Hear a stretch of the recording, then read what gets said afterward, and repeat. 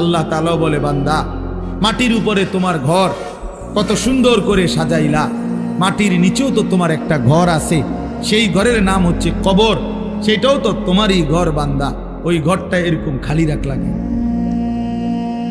তোমার মাটির উপরের ঘর যদি তুমি সাজাও তো তোমার মাটির নিচের ঘর কে সাজাবে? হ্যাঁ, আমার মাটির নিচের ঘর কে সাজাই দিবে? আমার কবর কে সাজাবে?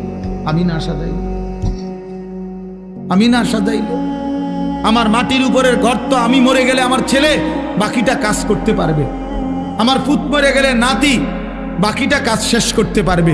বাপে হয়তো বিটা বাইন্দা গেছে, পুতে আইয়া ঘর করছে, নাতি আইসা ফার্নিচার কইরা এখন ঘরের কাজ সব কমপ্লিট করছে, এমন হইতে পারে না? তো দুনিয়াতে এরকম হইতে পারে। কবর, কবর, আমার কবর আমি না সাজাইলে আমার পুতে সাজাই দিবে, আমার নাতি সাজাই দিবে, তাহলে বাবা তাইলে ওইটা তো বেশি জরুরি, কারণ আমার কবর আমাকেই সাজাইতে হবে, আমার আখিরাত আমাকেই সাজাইতে হবে।